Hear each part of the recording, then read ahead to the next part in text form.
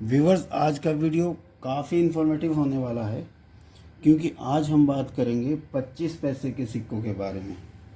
25 पैसे के सिक्कों की मार्केट में र्यूमर्स बहुत ज़्यादा है, लेकिन इस र्यूमर्स के पीछे सच्चाई कितनी है ये आज हम जानेंगे आज के वीडियो में।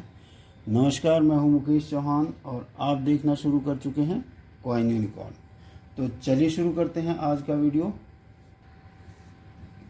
1957 से लेके 1963 तक निक्कल धातु के ये सिक्के इशू किए गए, जिनका वज़न 2.5 ग्राम 2.5 ग्राम्स, साइज़ 19 mm 19 mm और शेप सर्कुलर थी।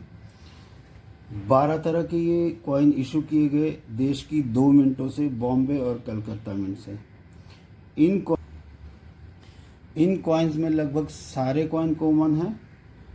1957 और 1959 बॉम्बे और कलकत्ता मिंट के कॉइन स्केयर कैटेगरी में पहुंच चुके हैं, जिनकी कीमत मार्केट में 200 रुपये तक मिल जाएगी।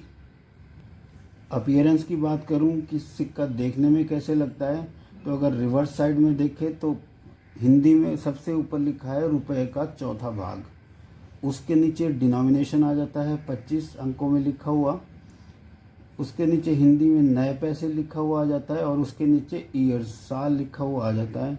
1957 से लेकर 1963 तक कोई भी ईयर्स हो सकता है और उसके नीचे आ जाता है फिर मिंट मार्क। दूसरी पहलू की बात करें सिक्के की, तो सामने अशोक स्तंभ है, बाईं तरफ भारत हिंदी में लिखा है और दाईं तरफ इंडिया इंग्लिश में लिखा है। अब बात करते हैं 1964 टू 1968, 1964 से लेके 1968 तक 25 पैसे के इन सिक्कों की। निक्कल धातु के ये सिक्के निकाले गए थे, जिनका वज़न 2.5 ग्राम, साइज़ 19 mm और शेप सर्कुलर। अपीयरेंस की अगर मैं बात करूं तो रिवर्स साइड में रुपए का चौथा भाग हिंदी में लिखा हुआ है, 25 डिनोमिनेशन लिखा है अंकों में। उसके नीचे रुपए पैसे लिखा हुआ है हिंदी में। उसके नीचे आपको ईयर्स देखने को मिल जाएगा और उसके नीचे आपको मिंट का मार्क देखने को मिल जाएगा। दूसरी साइड की बात करूं अगर, तो अशोक स्तंभ लिखा है बाईं तरफ इसमें भारत और दाईं तरफ इंग्लिश में इंडिया लिखा है। देश की 2 मिनट बॉम्बे और कलकत्ता से ये 9 तरह के सिक्के निकाले गए थे, जिसमें 1967 और 1968 1967 और 1968 के कलकत्ता मिंट के सिक्के स्केयर कैटेगरी में पहुंच चुके हैं, जिनका आपको मार्केट में 300 रुपये तक यूएनसी कंडीशन में प्राइस मिल जाएगा। अब बात करते हैं 1967 के बॉम्बे मिंट के सिक्के के बारे में।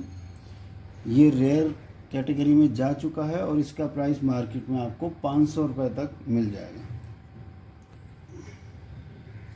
व्यूअर्स, अब बात करते हैं 1972 टू 1990, 1972 से लेके 1990 तक जारी किए गए कॉपर निकल के इन सिक्कों के बारे में।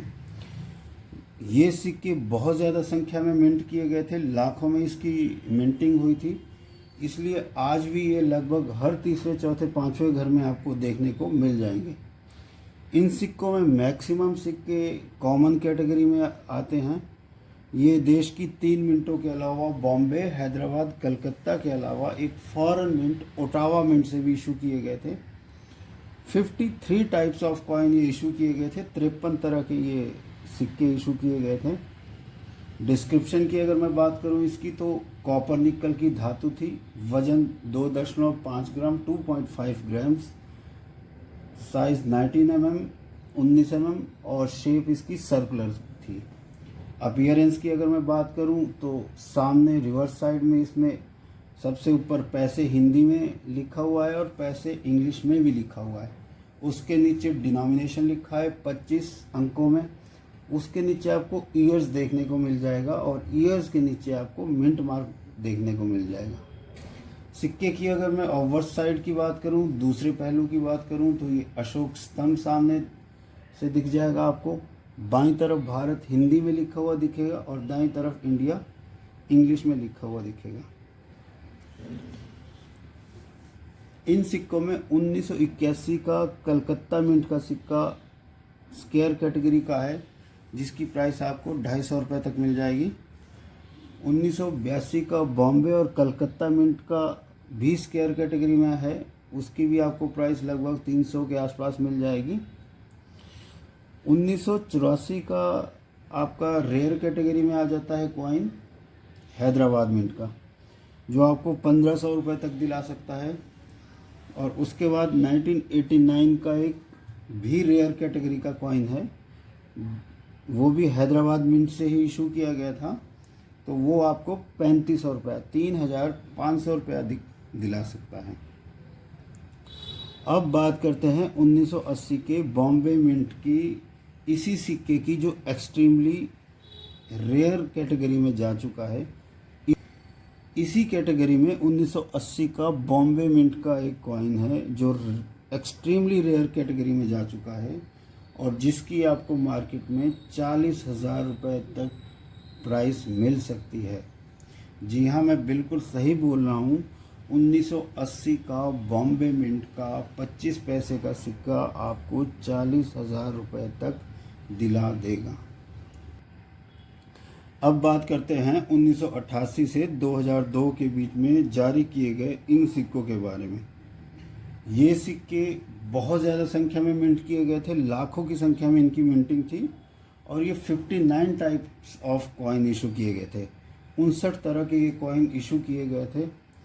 क्योंकि संख्या बहुत ज़्यादा थी तो आज की डेट में भी ये लगभग आपको हर तीसरे चौथे घर में देखने को मिल जाएंगे और उसमें से मैक्सिमम कॉइन आपको कॉमन की ही कैटेगरी के कॉइन मिलेंगे। और इन कॉइन्स के बारे में अफवाहें इतनी ज़्यादा है मार्केट में कि उनका कोई अंत नहीं है, लेकिन अफवाह के साथ आपको इस चीज़ की इन्फॉर्मेशन होना बहुत ज़रूरी है कि इसमें कौन से सिक्के स्केयर है और कौन से रेयर है। टोटल सिक्कों की संख्या थी 59 और बॉम्बे, कलकत्ता, हैदराबाद 3 मिंट के अलावा ये एक फॉरेन मिंट ओटावा से भी जारी किए गए थे। मैं अगर सिक्के की अपीयरेंस की बात करूं तो सबसे ऊपर इसमें ईयर्स लिखा होता है, उसके बाद ईयर्स के नीचे होता है मिंट मार्क और उसके नीचे आपको एक गैंडे की तस्वीर दिख जाएगी। इसको गैंडे वाले सिक्के के नाम से ही जाना जाता है वैसे जनरली। अब हम इसकी दूसरी साइड की बात करें तो सामने सबसे ऊपर आपको अशोक स्तंभ दिखा हुआ मिल जाएगा। उसके नीचे आपको 25 पैसे डिनोमिनेशन अंकों में दिखेंगे। बाईं तरफ देखेंगे तो भारत और पैसे हिंदी में लिखे हुए होंगे। दाईं तरफ देखेंगे तो आपको इंडिया पैसे इंग्लिश में लिखे हुए दिखेंगे।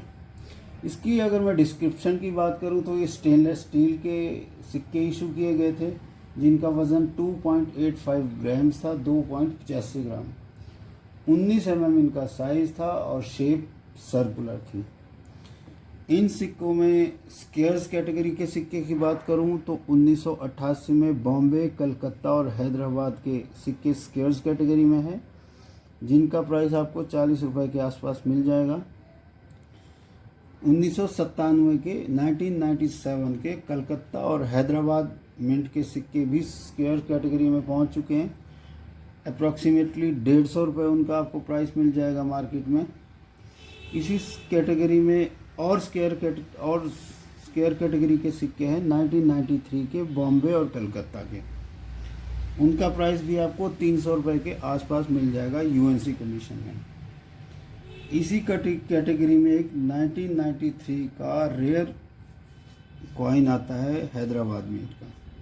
1993 का हैदराबाद मिंट का रेयर कॉइन है। इसकी प्राइस आपको मार्केट में 5 से 6 हज़ार रुपये तक मिल जाएगी। पुल श्रीवास्तव गोंडा बिहार से 2-3 मेल आई थी। एक्चुअली 29 तारीख को ये मेल आई थी, 29 और 1 तारीख को। तो मैं थोड़ा सा बिज़ी होने की वजह से मेल भी चेक नहीं कर पाया। मैंने कल उन मेल्स को देखा और कल ही रिप्लाई कर दिया। तो उपुल जी, आप मुझे कॉइन अरेंज करने के लिए अप्रॉक्सीमेटली 1 हफ्ते का टाइम दीजिए, तो मैं आपको कॉइन अरेंज करके दे दूंगा। कॉइन अरेंज करने में वैसे इतना टाइम नहीं, लेकिन फिर भी कॉइन की अगर अच्छे ग्रेड और अच्छे प्राइस में मिले तो इसलिए मैं आपसे थोड़ा सा टाइम मांग रहा हूँ कि आप मुझे 1 हफ़्ता दे दीजिए। तो 1 हफ़्ते में मैं आपको वो जो आपने 5 कॉइन मांगे वो अरेंज करके दे दूँगा। वीडियो अगर पसंद आया हो तो लाइक कीजिए और चैनल को सब्सक्राइब कीजिए। जय हिंद, जय भारत।